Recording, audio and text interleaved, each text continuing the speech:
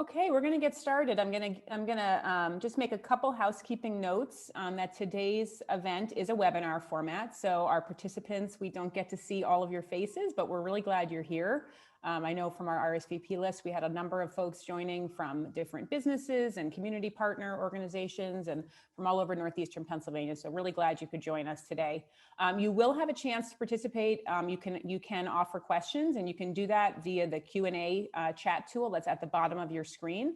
You can do that anytime throughout the event, but you'll also have a special kind of Q&A portion toward the end of the hour. Also just want to note that this session is being recorded, and we'll be sharing it out on the different partner websites after today. So welcome. We're excited to have today's lunchtime roundtable with Black women in business in the Scranton area. This is an exciting and timely topic. It's a fantastic group of women who we have here today, and really an honor for me to be part of hosting what I know will be a very powerful conversation. My name is Julie Schumacher-Cohen. I'm Assistant Vice President for Community Engagement and Government Affairs at the University of Scranton. Today's event is a collaboration, so it's a number. I just want to name some of the partners: the University of Scranton Small Business Development Center, the Office of Community Relations, the Black Scranton Project, and also with support from Women in Philanthropy, a project of the Scranton Area Community Foundation.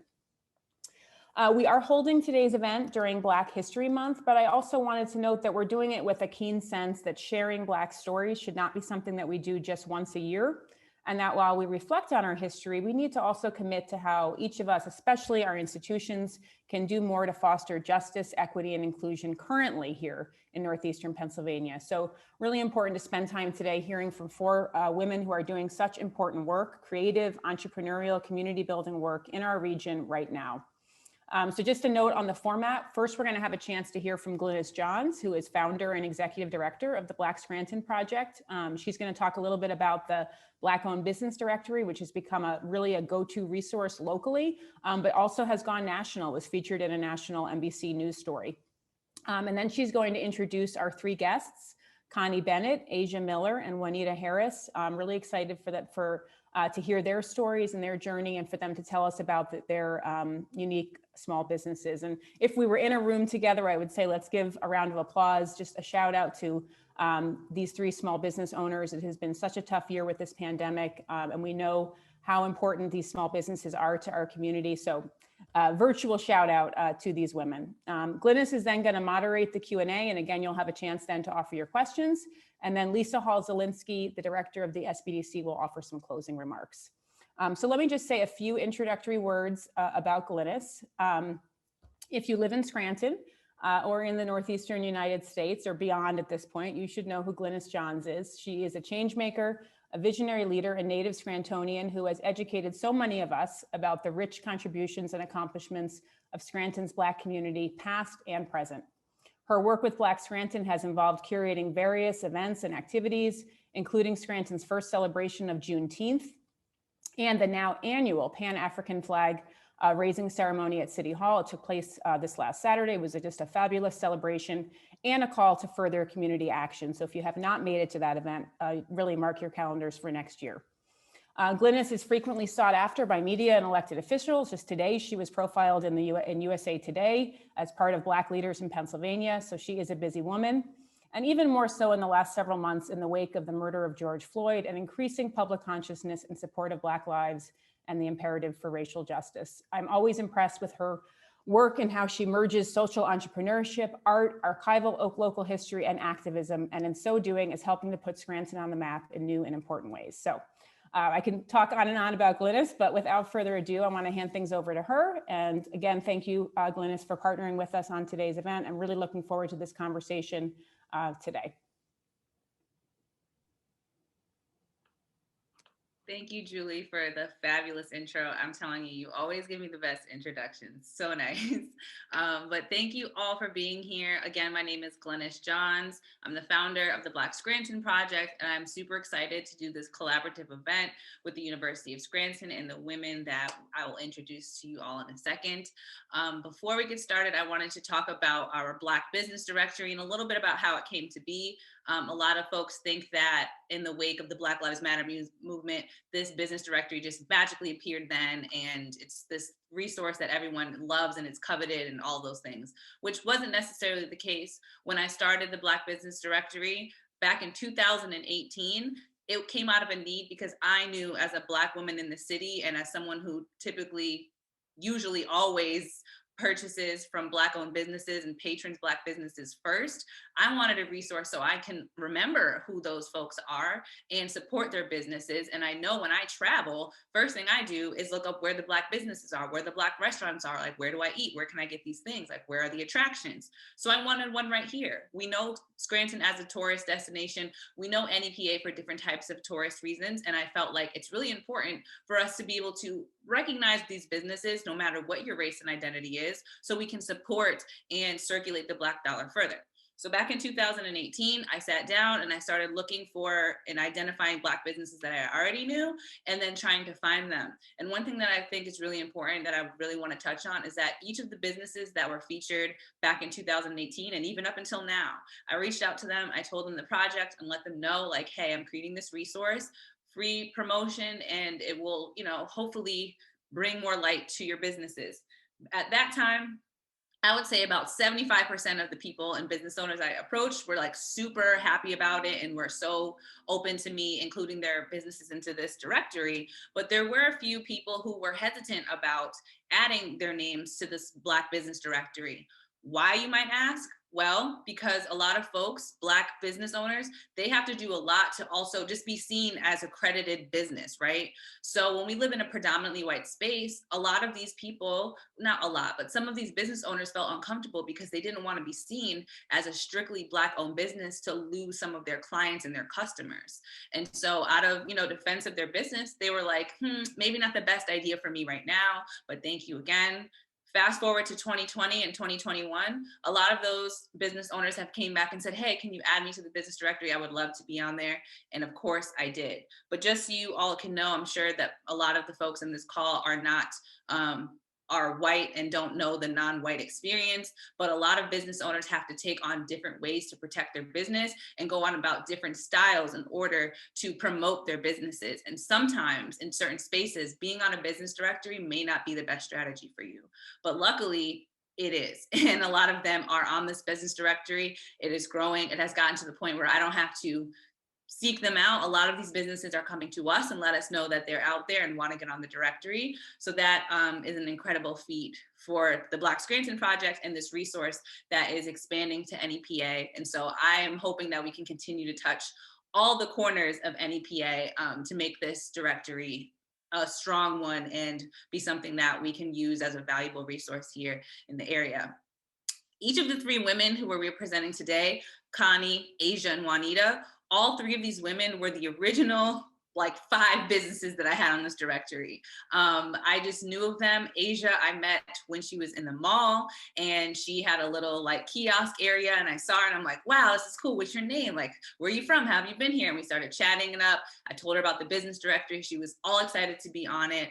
And that is how I met Miss Asia Wallace.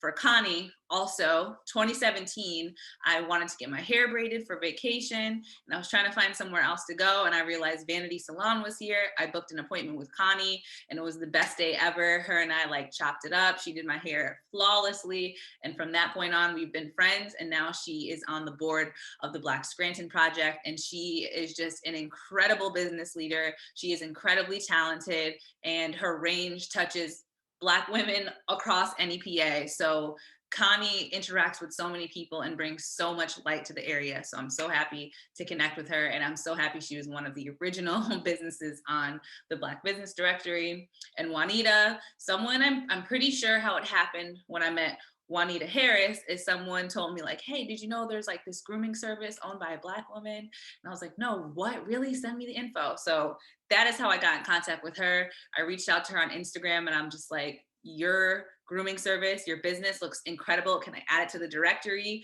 Juanita was like, definitely. And we had been friends on the internet streets for a while. I got to meet her in person at Juneteenth and a few other places. And again, I'm hoping that the business directory had been impactful for them.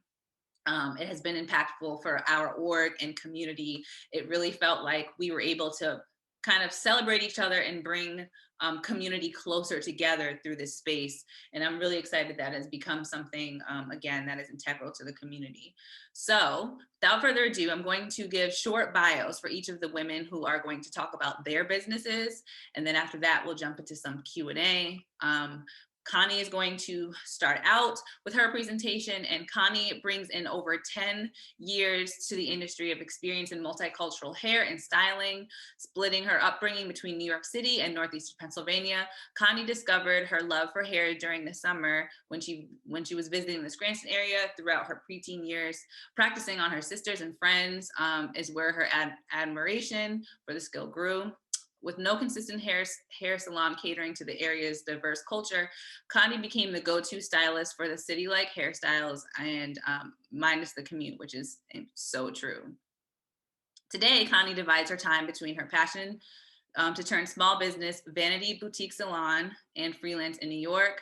For those who don't know, Vanity Boutique Salon is a very sweet, intimate boutique salon that is over in West Side, and she does a fabulous job with her business partner, Taniqua. Next, we have Asia Wallace, who 11 years ago, Asia moved to Scranton area as a single mom of two by way of West Philadelphia and also North Carolina.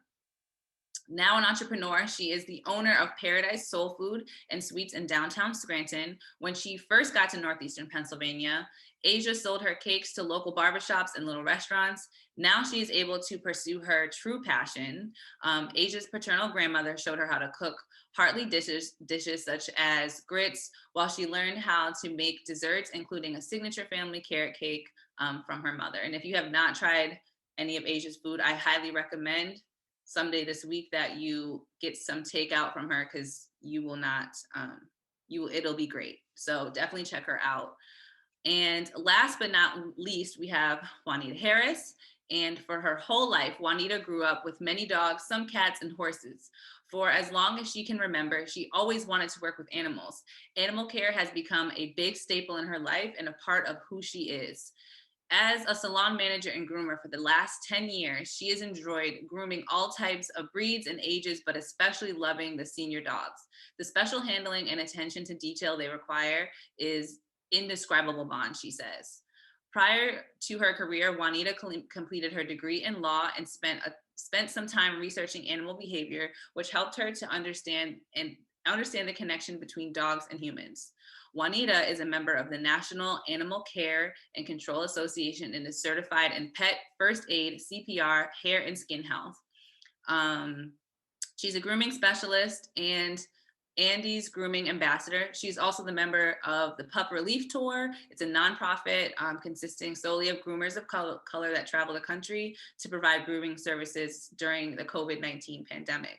And if you are not following her on social media, you have to see the fabulous grooming and all of the colors and dyes that she does. And honestly, when I see the before and after pics of these pets that come in for her services, you can truly see them smiling and beaming and feeling so refreshed and so good. So I think it's incredible. If I had a dog, I would go to you, sis. So without further ado, I'm going to pass it over to Koni so she can talk a little bit about how she became a hairstylist, and then we will move on to Asia, and then we'll move on to Juanita. So Koni, thank you again for being here with us, and I will turn it to you to do your little presentation.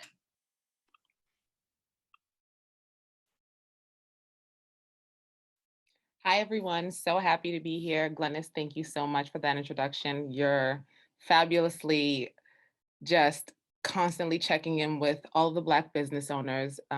Everyone in the community looks up to you, and we're all just so thankful. I'm thankful that you appreciate me for who I am, what I do, and what I bring to the area of Scranton. And I'm just honestly so thankful to know you. So thank you for that. Thank you to everyone else that's involved in having us here today. I know there are a few groups, I don't want to name them because I don't want to forget any, but I'm just so thankful for just your ability to just give us a platform just to let people know who we are and what we do. I am Koni Bennett. I'm the owner and stylist at Vanity Boutique Salon. This August will make our 5th year in business. I'm so thrilled and excited about that. But before I get to Vanity, I just want to tell you a little bit about me. I'm a young girl. I grew up within the, concrete jungle of New York City. I moved to the area in my preteen years. I attended Scranton High School and Penn State University. Um, I moved from the area after graduating school and working at a bank. I just knew that I had more personality in me and just wanted to share something with women. Initially, is what I thought um, as a way to connect and a way to feel beautiful, because growing up as a dark skinned Black girl, it's hard to identify with beauty because it's just not seen enough. At that time, it wasn't. And so I knew that I had a connection with women. I knew that I loved bringing out the best parts of a woman's features. And I learned that at an early age. And I was just lucky enough to identify with that. And after working enough time in a corporate setting, I just knew I had more creativity and wanted to venture out a little bit. So I moved from the area and went back to New York City and studied at Empire Beauty School in Manhattan. That's pretty much where I got my start. I had begun to work on small production sets and commercial sets and video shoots and small films, and just begun to make a bit of a name for myself. Funny story about me and Juanita Harris, who's also on this panel with me. We actually met while I was in beauty school, and she would come over to get her hair done. And I would always gloat and rave about Scranton.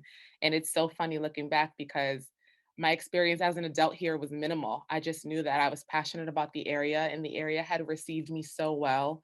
Being a young Black girl coming from New York, I went to middle school and high school here, where it's a predominantly just white setting. And I never felt like I didn't have a group of people to relate to. So the minority community and others as well made me feel like Scranton was home for me. And so I would tell all of my friends and all the people that I met in New York that I had grew up in this small town called Scranton, and I had such a great childhood here and a great upbringing here.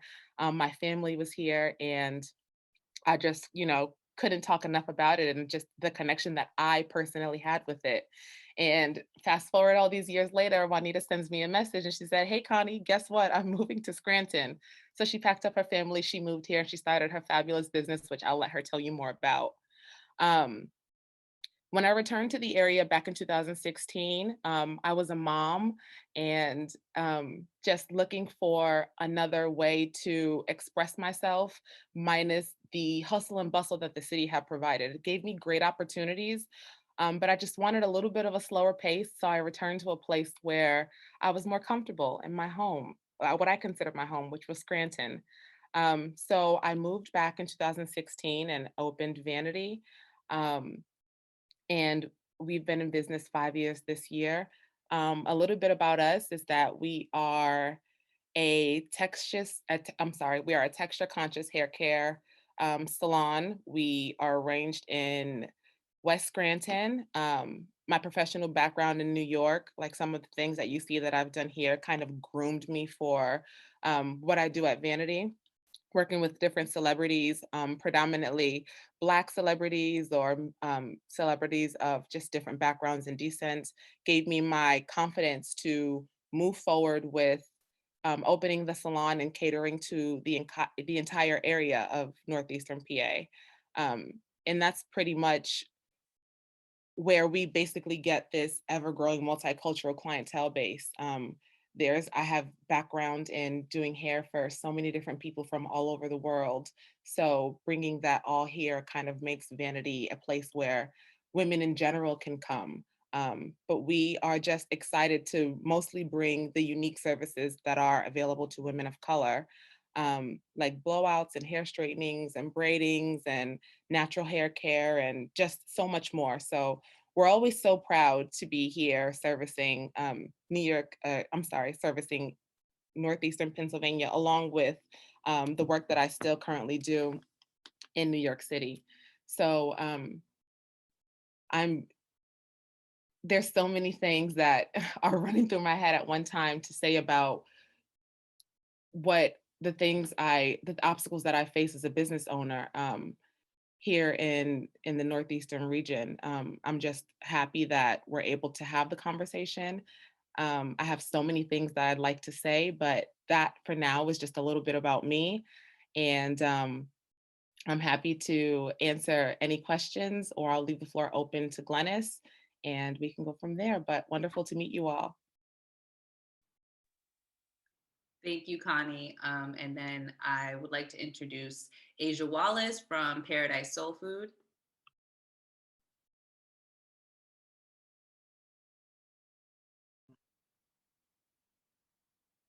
Okay. It won't allow me to turn my video on. I don't know if y'all can see me or not. All right. Okay, can everybody see me now? Yes. All right. Okay. Thanks so much for this opportunity. I just wanted to say hello to everybody. It's such a pleasure to be here. I get believe it or not, I get nervous when it comes to speaking, but I'm gonna try and do my best. I'm Asia Miller. I got married. It used to be Asia Wallace, but I got married, so I'm Asia Miller now. I live right in Taylor, and I have a little place called Paradise Soul Food. Just as Glynis touched on, I used to be in the mall. So I met Glynis back I opened June of 2018. So I'm going on my third year come June. I left the mall back in 2019 and I opened up my restaurant right downtown, 350 Adams Avenue. I opened up 3 weeks before the pandemic hit.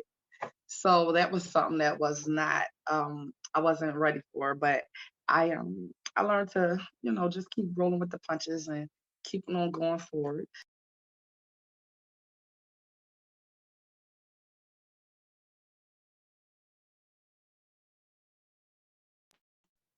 Just stuttering all of a sudden. I moved to Scranton back in 2007. I think it was. So I've been here almost 14 years. It'll be 14 years come May. Okay. But I moved here. I was a single mom. I I'm from Philadelphia originally, but I used to live in North Carolina. Went down there when I was a kid, really young, down way in the country, Winston-Salem. Lived there for a few years, then went back to Philadelphia. I always loved to cook. Okay, my dad bought me one of those fake ovens, the Fisher Price ones. They have the little fake little pictures of food on the front. And when I saw it, I was like 4 or 5. I'm like, I want to cook. I want to make things that look like the way that tastes. Okay, but my grandmother, my great grandma had 14 kids. So what she did was cook. She cooked and she cooked from the home. And then her daughter, the baby of the 14, is my grandmother. Like, okay. So my father loves to cook. My grandmothers love to cook. And I learned a lot being in the kitchen with them. Besides cooking, what I love, like when Koni was just speaking, my grandmother also did hair. She had her hair license. She went to Empire Beauty School too. And so hair is something else I used to love. When I went back to North Carolina to Charlotte, and I actually, I was like 17, and I used to run a hair salon. I used to do hair, make wigs and all that stuff. But my real passion is cooking. And so even though from being young, I like cooking, I knew that's something I wanted to do as a career. Um, so let's see, let me get caught up. I wrote little notes to keep myself organized, okay? But coming to Scranton, let's see, 2007, I came here. I had 2 little kids, and Scranton welcomed me, just like what Koni was saying. Scranton was so kind to me, and they made me feel welcome. I started making cakes and stuff out here and selling them to little barbershops, and little restaurants and things like that in Old Forge. I lived in Scranton for like a year, then I moved to Old Forge, was there for a few years, then I lived in Teller, where I currently reside now. But besides having a background of doing hair and stuff and cooking, I do office stuff. So I started just taking little office management jobs, and I was doing cooking as a here and there thing. When fast forward, let's see, go past like 10 years, I had a baby, I had another baby, and I was like home, and I was like, what do I want to do? What do I want to go into?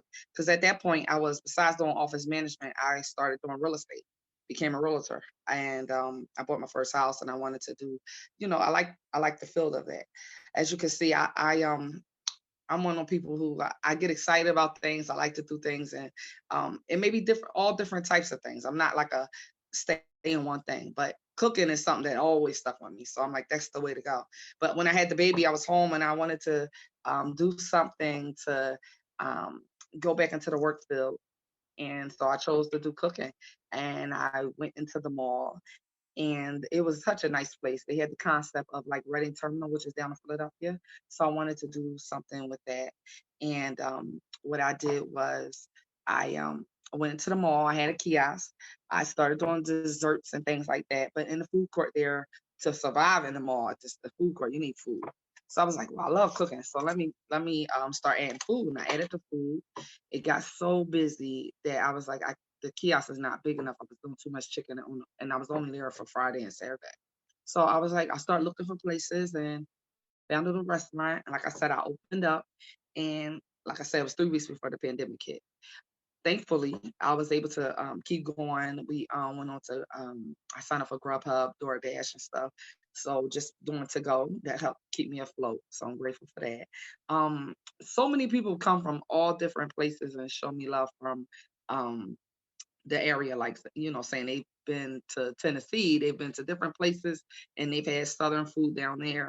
So when that fact that they're able to get it here in Northeast PA, they're like, oh, that's such a blessing to have this in the area. So that was something I'm happy to be able to give people homemade food that I've learned to cook for my grandmothers and my father. And I'm just happy to feed Scranton, and I'm grateful for the love here. The University of Scranton has been such a gift to me, okay? Not only the University of Scranton, Lackawanna College shows me a lot of love. And when I originally opened, my whole thing was to cater to the college kids, get them a homemade meal at home. I mean, not even though they're away from home, be able to still come and get a homemade meal. But then, like I said, with the pandemic, all the college kids went home. So I had to regroup and um, rethink things, okay? But what's really, really, really a blessing to me is the kindness of the area and the love that the area has shown me, and they always are like showing me support and like sharing us online and things like that, and telling people and bringing people to the area. I felt like Scranton is a small town from what I'm used to in Philadelphia, but yet with it being a small town, word travels fast out here, and I like that. What else? What else I want to tell y'all? My new thing, I'm trying to gear towards getting back into catering. I'm trying to start doing catering more, like catering and doing desserts, bringing my desserts back because people are looking for them more. They come to me, they're like, we see your desserts. You're doing cooking now. I was like, forgot about the desserts, but I'm trying to just basically get into more catering and doing um desserts and stuff during the week and food on the weekend. I appreciate y'all time today. Just want to say thanks again to Glynis and to the University of Scranton for this. I'd like to introduce Juanita. She is such a sweet pie. Wait till y'all meet her.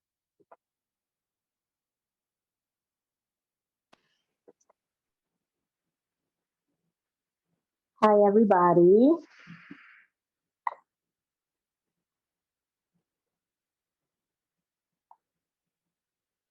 Hello, everyone. My name is Juanita Harris. I have been a Scranton resident since 2015. And I would just first like to thank, before I start, the Black Scranton Project, as well as Glennis, the University of Scranton, and the University of Scranton Small Business Development Center for having myself, as well as these other amazing business owners. Asia, you are always so sweet, and your staff and employees are always super sweet and gracious to my family and I when we visit. Koni, it feels like I've known you forever and ever, and you are just such a great individual. Thank you for always bragging about Scranton. That definitely helped lead myself and my family to this area. I have been in Scranton since 2016. I'm sorry, I made an error before. I moved here when my 5-year-old turned 1. We were in New York City in a super small apartment. The rent was getting ready to go all the way up to an astronomical amount. And I told my fiance, like, we cannot do this anymore. We are a small family. I don't want to get caught up in the day to day of just working to pay bills and maintain a city lifestyle. I would love to live in more of a suburban area like where I grew up. I'm from Newburgh, New York. It's a super family oriented place located in the Hudson Valley. That is where I have all of my roots, my friends, my grandmother, everyone is there. So it was important for me to raise my child in an area that's similar to where I grew up. So as a child, my grandmother had at least 4 dogs. Sometimes the neighbor's dogs would always be over as well. Her neighbor directly across from her also had horses. So I spent all of my weekends just super outside in nature, taking care of dogs, feeding horses. And it was something that I loved so much. I knew I had a great connection with dogs because my grandmother's one dog, his name was Bear. He was a German Shepherd. Even though his name was Bear, he was just a big mush, but he would literally just tote behind me everywhere I went. I mean, he was the dog I share my ice cream with, my candy with. He'd follow me back and forth all over my grandmother's house. And I was like, oh, I think dogs really like me. Dogs never used to try to bite me as a kid. I've always had such a great connection with dogs, horses as well. So moving to Northeast Pennsylvania, honestly, I had no intentions of opening a business. I was very reserved because when I went around 2 other grooming salons, I never saw anyone that looked like myself anywhere in the corporate settings, in the private settings. I would try to reach out and connect to other local salon owners, and I would either get, very one sided replies or kind of like, we're not interested. And I saw that the area was very oversaturated with groomers. And looking at other people's credentials, I kind of saw that they treated it as more of a hobby than a business, which made me really reserved.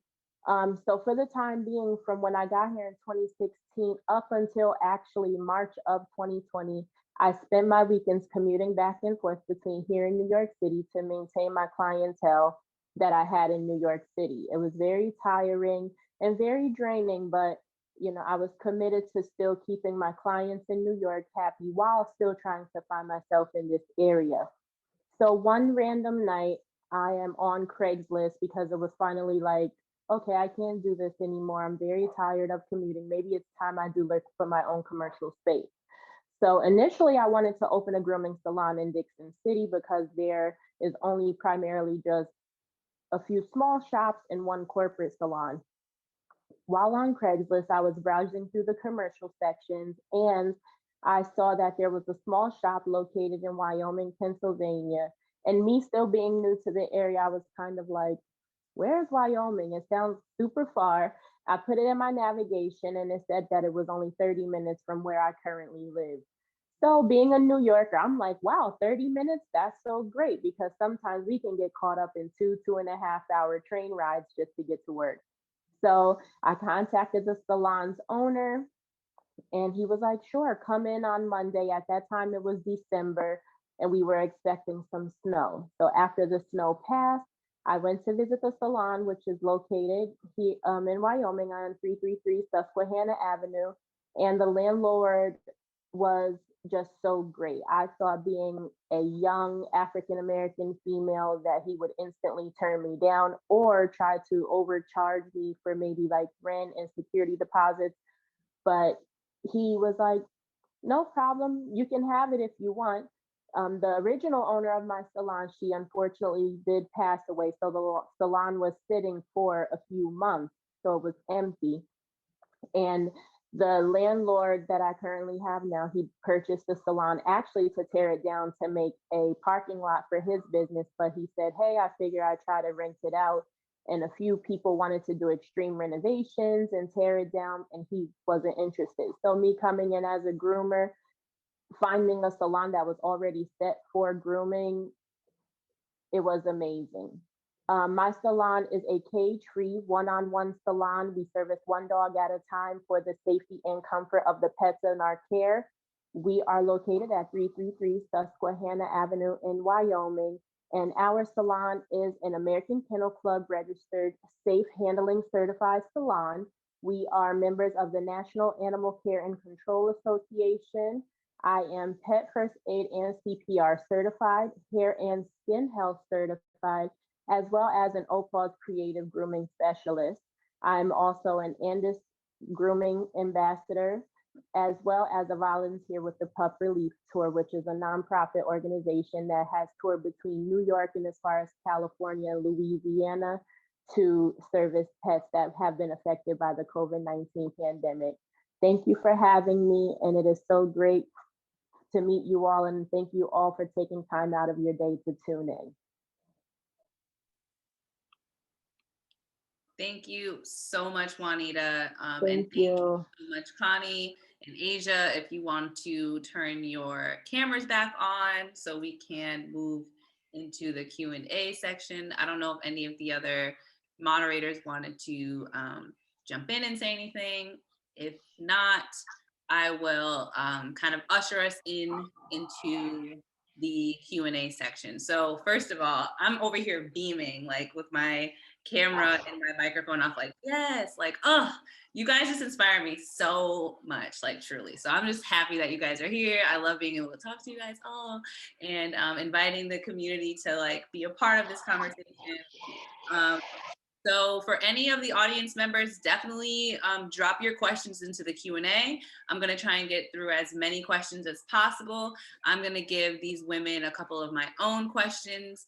There's a couple really good pre-submitted questions that I also wanna go to as well.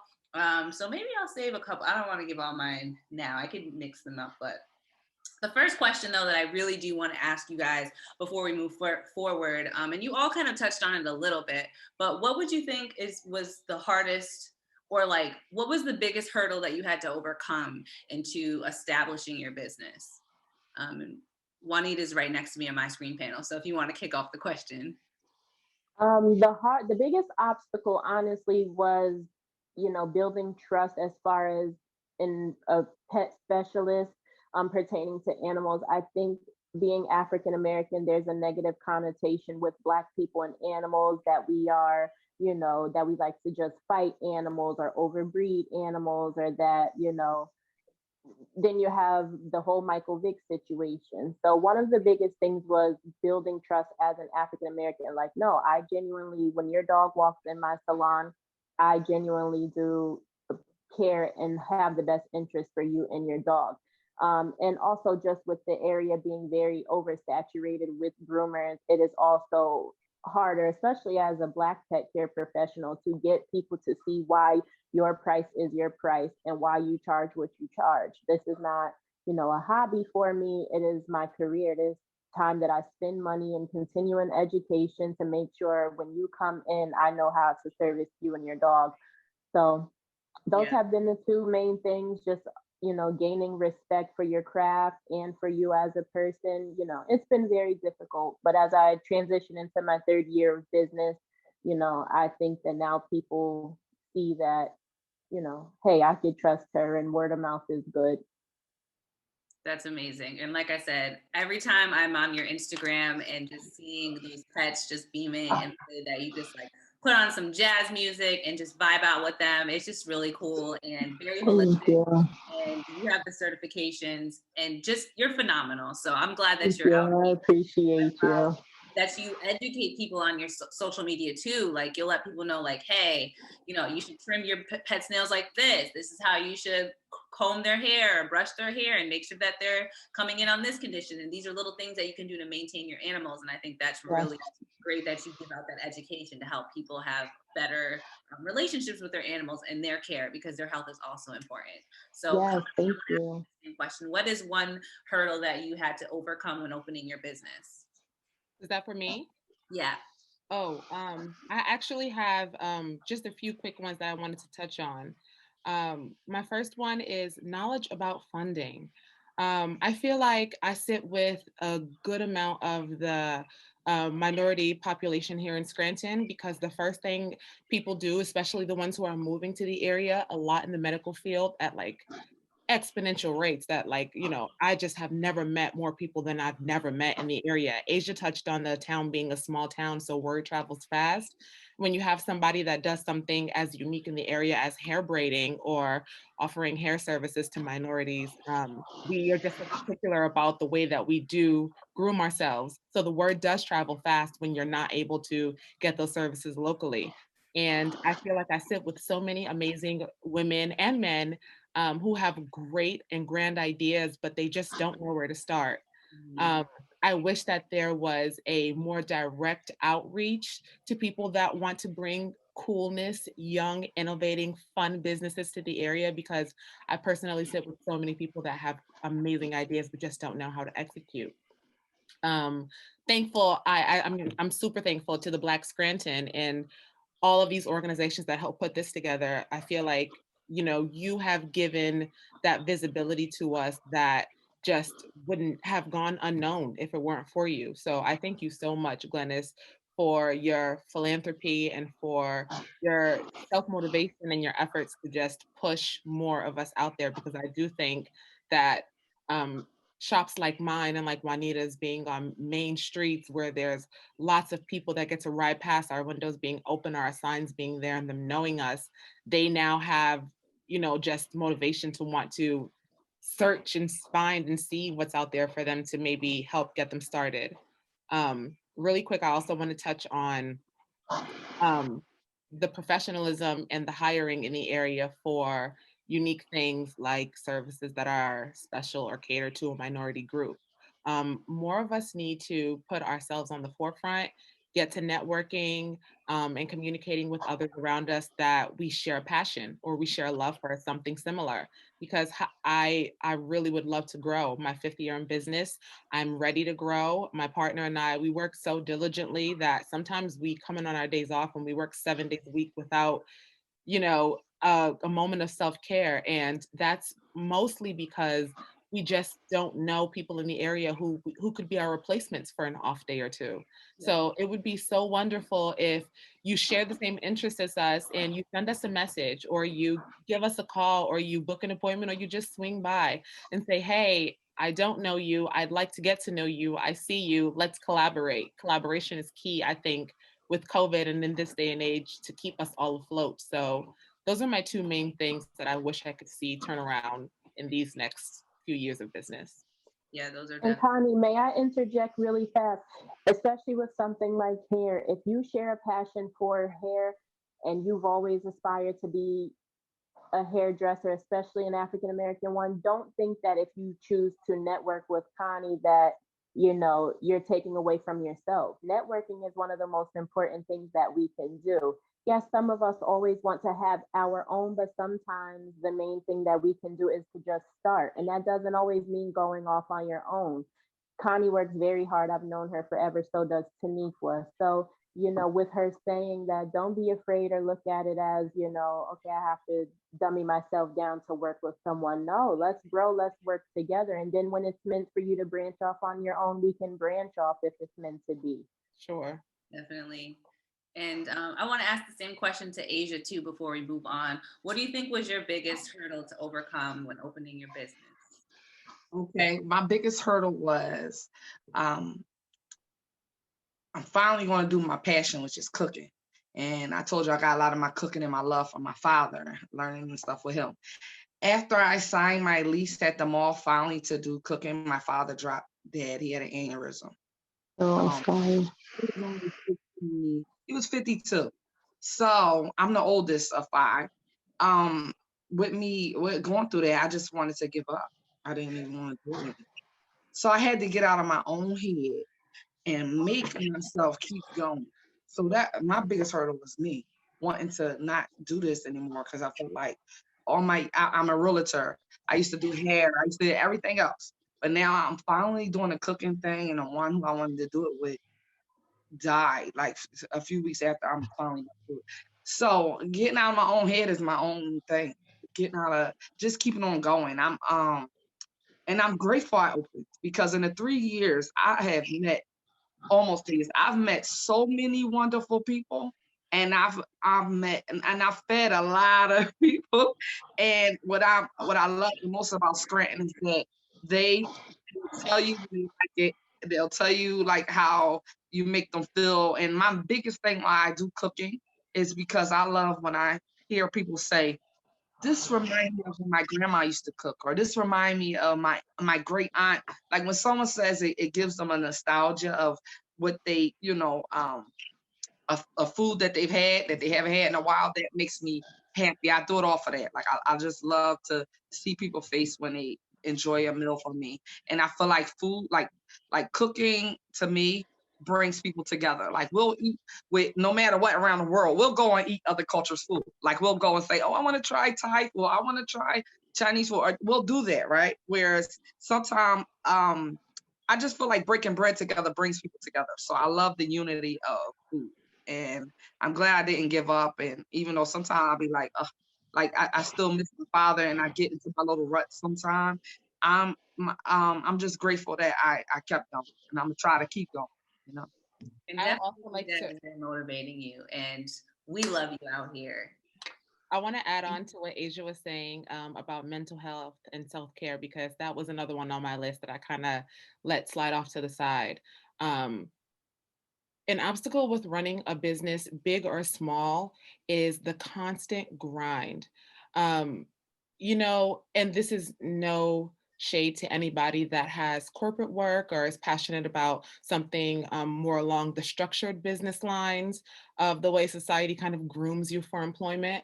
But you can totally clock in to, let's just say, your 9-to-5 job and maybe slack off for the first 20 minutes before you kind of get in the groove, or maybe hop on Instagram and take a little mental health break, check your phone, just share messages, check your group chat. You get those moments where you can kind of like show up and you don't have to dive right in. I'm sure everyone does the best they can when it comes to what they do, but you can kind of take a break without taking a break, on the clock, but off the clock. As an entrepreneur or a small business owner, when you don't show up, when I don't show up or I run late, I'm on people's time. If Juanita, is running late with one appointment and then another, she's backed up for the day. If Asia doesn't show up or is missing a staff in her small business, orders don't get processed in a timely manner. So we are the entire like one-man band for our businesses. And I think that not enough, everyone in the community that I know is always, gloating when they find a Black-owned business in the area, but they love that we have the courage to actually do it. But it takes so much behind what you see and what you think that you love to get into it. So I was speaking earlier about other people having great ideas and having ways to execute them. I just also want to add on to that and say it takes work. Sometimes, the energy you have is just not enough to keep up, and you can't please everybody. So sometimes demands are just not met. And I hope I am taking this opportunity in the right direction to say that if we ever did run a little bit late or, close a little early or change our schedule or our direction or late with replies, it's just because we handle a plethora of things aside from the service that you receive. So be patient with us, time with us, and know that we're doing our best. Yes. True. All of you are killing it, and you're only human. You can only do what you can do. And this kind of leads into a second half of a submitted question in the Q&A, which we kind of already answered the first half of their question. An anonymous attendee had asked, what do you think is the biggest challenges as a business? And this part I think we can answer now. What can community members do to help you with your challenges? So we all kind of talked about what is the biggest hurdle, but what do you think that the community can do to support you on the side as you go through these struggles? I, again, just really wish that we had, just knowing that the Black Scranton Project is there. I know that you are geared to aid, help, encourage, support the Black community in Scranton. But really, I just wish that generally we pushed more people into the sector of just trying their own small business.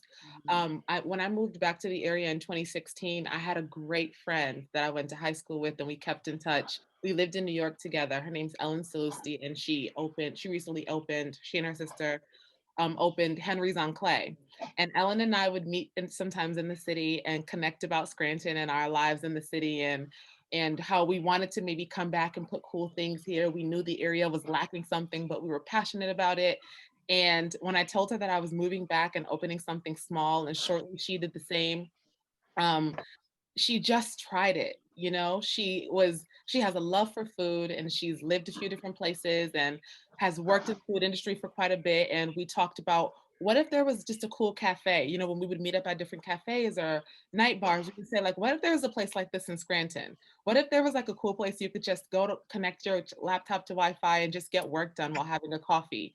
And she created that. And so I just feel like, and she just used her own resources. Like I used mine, and like Juanita used hers, you used yours, Asia used yours. And we just kind of took the love that the community gave us, and we just kind of hoped that that was enough. But I just wish that there was an umbrella that, you know, small people with big ideas could just come together in this community, and just share those so that we could just execute more. Mhm.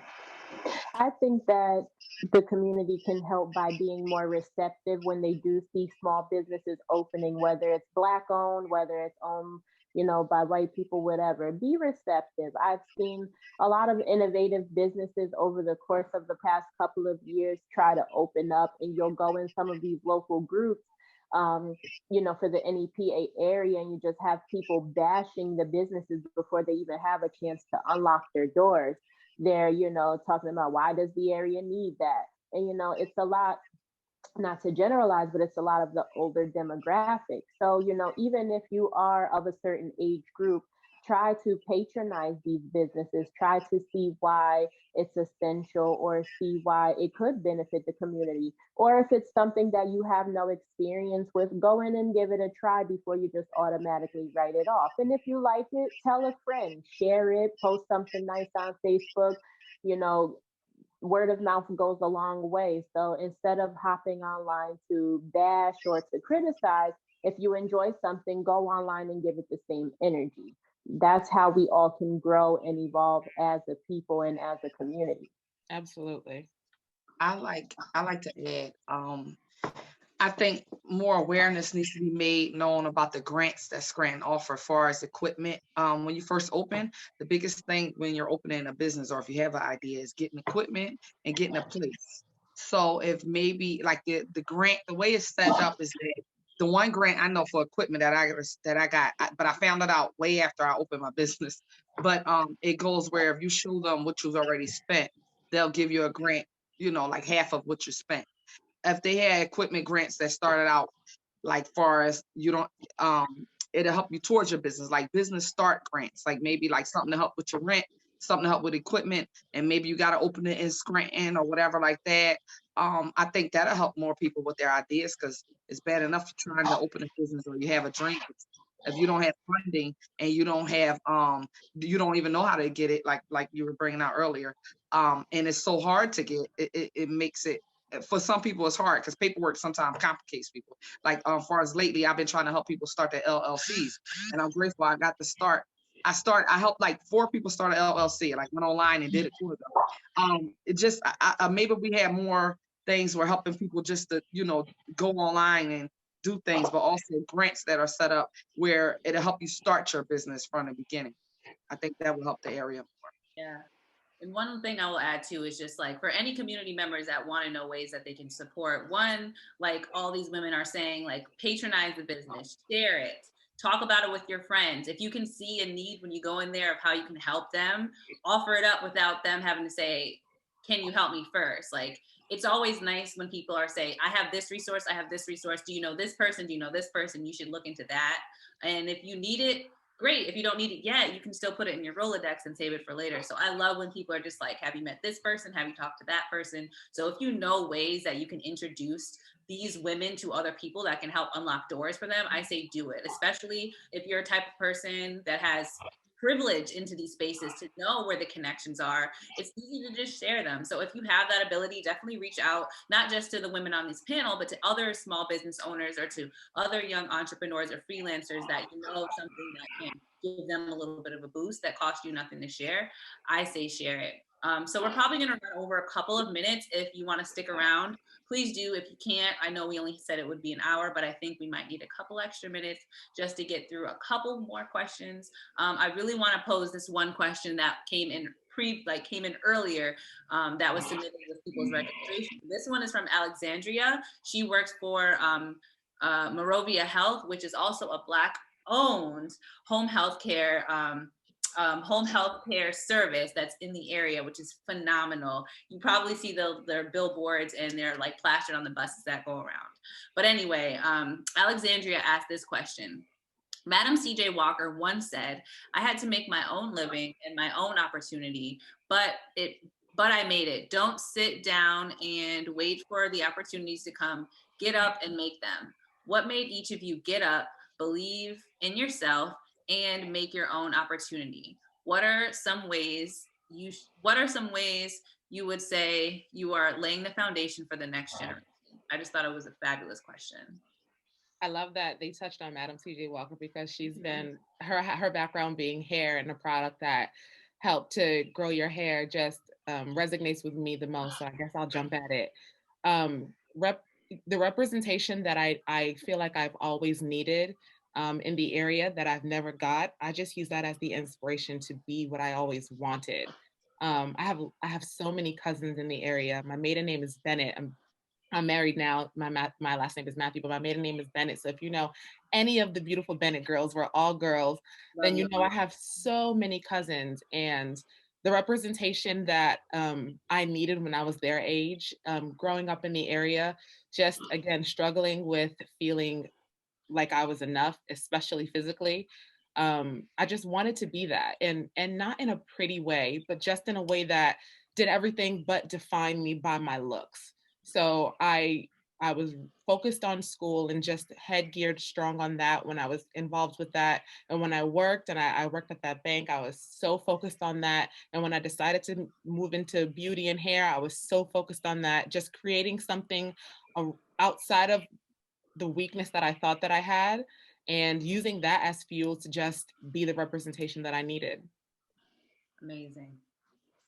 As far as myself, I knew that it was time for me to inspire myself because I was just so busy going back and forth, working for everyone else, pleasing everyone else.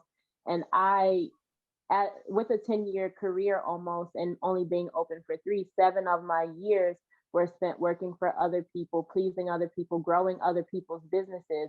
And I said, maybe it's just time that I fall back and pour this into myself. If I don't pour it into myself, then no one else will. They'll just keep working me. And, I'll just, tire myself out before I am able to give myself a chance. So again, one random night, I just was like, it's time. I went online, looked at commercial spaces, and my shop literally just was there on Craigslist in a random commercial section. I had no idea that I would find this space so fast. My landlord was just so great. He even held the business for 3 months for me. And I was like, I just think things might fall into place. The first year was the hardest. I opened with 0 clientele, not even one. And there were plenty of days I wanted to give up, even as much as 2019, I took job interviews in North Carolina. I took job interviews with the state of Pennsylvania.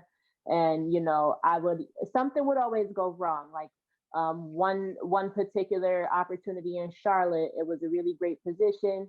The salary said one thing, and then at the table, they offered something else, and I had to respectfully decline.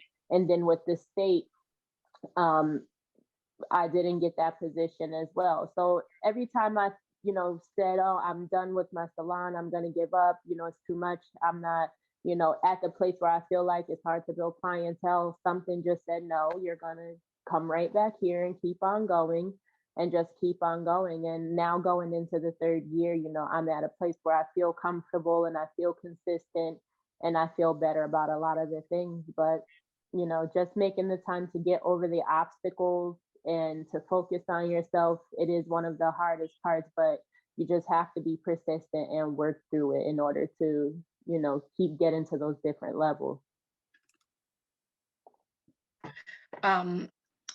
I like to say what made me push through and keep going is my family, like that's what helped me. My mother and them like telling me, your father don't want you to give up. I've always been like a go getter type person. My problem that I do have is that I be thinking I could do everything. My problem is spreading myself too thin. Like I'm like a little like ADD, like seriously, like ADHD on another level. And I have to literally try to focus to do one thing. instead of like some people be feeling like, I know how some people say they don't believe in themselves and things like that. My problem is believing too much and then not knowing when to like try to stay focused on something. I'll spread myself thin doing this, doing that, doing this, and I'm working on trying to be more of a focused person. But I definitely feel like me being the oldest of 5, I think was a big influence on me because I've been cooking since I was like 11. My mother did not really like cooking. My father is the one who loves to cook. So she, they got married. He had to teach her how to cook and stuff like that. And she learned over time, but you got 5 kids, you got to cook something. So when I was like 11, she let me cook dinner for the house, let me do food shopping, let me do a lot. So I got that young, being all excited to cook dinner and everything. And then I'm so used to cooking big meals. So cooking something small is kind of hard for me. I like to, make a lot of food, but hunger is one of my biggest passions. I'm a foodie and I like to eat. I feel like if I like eating this stuff, I got to share with other people. I like to share too. So that's helped me keep going. Just I like to feed people. I like people. I'm a people's person.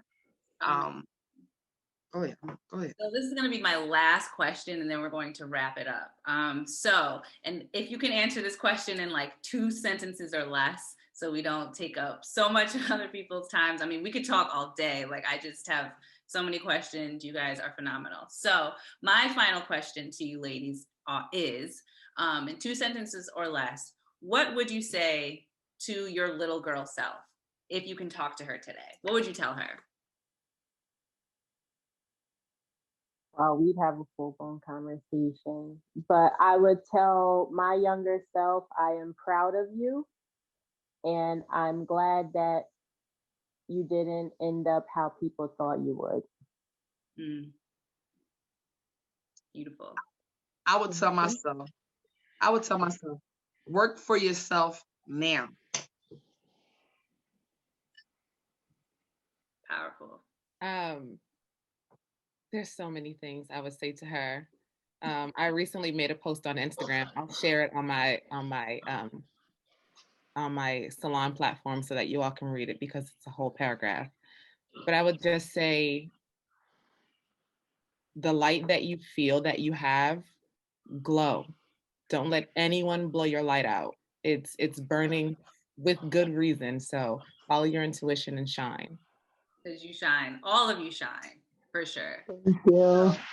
Thank you guys so much for being here. Thank you to the University of Scranton for partnering with us.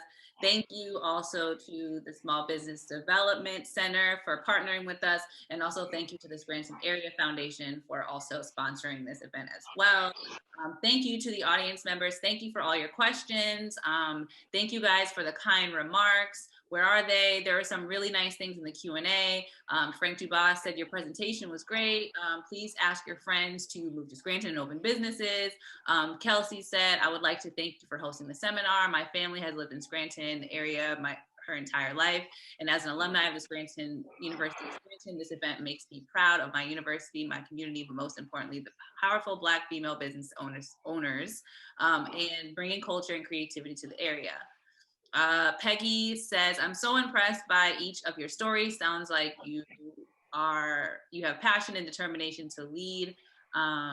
Thank you for representing small businesses so articulately and for promoting not only Black women, but women entrepreneurs. So there's a lot of beautiful comments here. Oh, shout out to Aisha. Hey, Aisha is here. She's also a friend of all of ours. Thank you for all being so candid. Was it great to hear your stories? Love to continue this conversation. I'm like, Aisha, we know you, so hit us up for sure. So yeah, so many beautiful comments. People are saying they appreciate us. So thank you all for attending, submitting questions and beautiful comments. This was a great afternoon. Wasn't enough time. We needed more time. Yeah, we needed more time for sure. So, I thought that it was going to be taking long. I was so nervous, like 5 minutes. That's a long time to talk. Girl, that like that. So thank you all so much, Julie. If you want to pop in, or any of the other moderators in the background, if we want to close it out with some closing remarks. And I'm going to jump in, Glynis. And I think it's that last question was so emotional. Now I have to go and I'm all teary. You made me all teary. But I just wanted to say thank you so much to our guest speakers, to Glynis, Juanita, Koni, and Asia. for sharing your experiences with us today. And, on behalf of the Office of Community Relations and the SBDC, I would like to thank Black Scranton Project and Women in Philanthropy for collaborating with us on this program. And just in closing, I'd like to remind everyone that our SBDC, our Small Business Development Center, does offer no cost confidential consulting to individuals looking to either start a small business or grow an existing business in 8 counties. So including helping to find financing, guiding people through the development of a business plan, building confidence, staying focused, like Asia was talking about, and more. So that's out there for everyone. We also are proud to host the Women's Entrepreneurship Center. That's a partnership with Arcadia School of Management. We offer business startup information, guidance, and encouragement to lower income women, women in transition, people just trying to make a difference for themselves and their families. And I do have to say, the next series of our flagship program, it's a 6-week startup program that begins March 2nd. And we do have spaces left. So if you're a woman interested in starting a business or know someone who is, please encourage them to sign up. Everybody's welcome to that program. It's a wonderful program. We welcome anybody to attend. And just in closing, you will receive a follow-up email with a recording of today's program, along with the links that you see on the screen today to the Black Scranton website and some of the events they have coming up. And we'll also include the information for that Women's Entrepreneurship Startup Program. So thanks to all of you for attending today, and we hope you have a great rest of your day. Thank you. You. Thanks, everyone. Bye, Thank you for the opportunity. I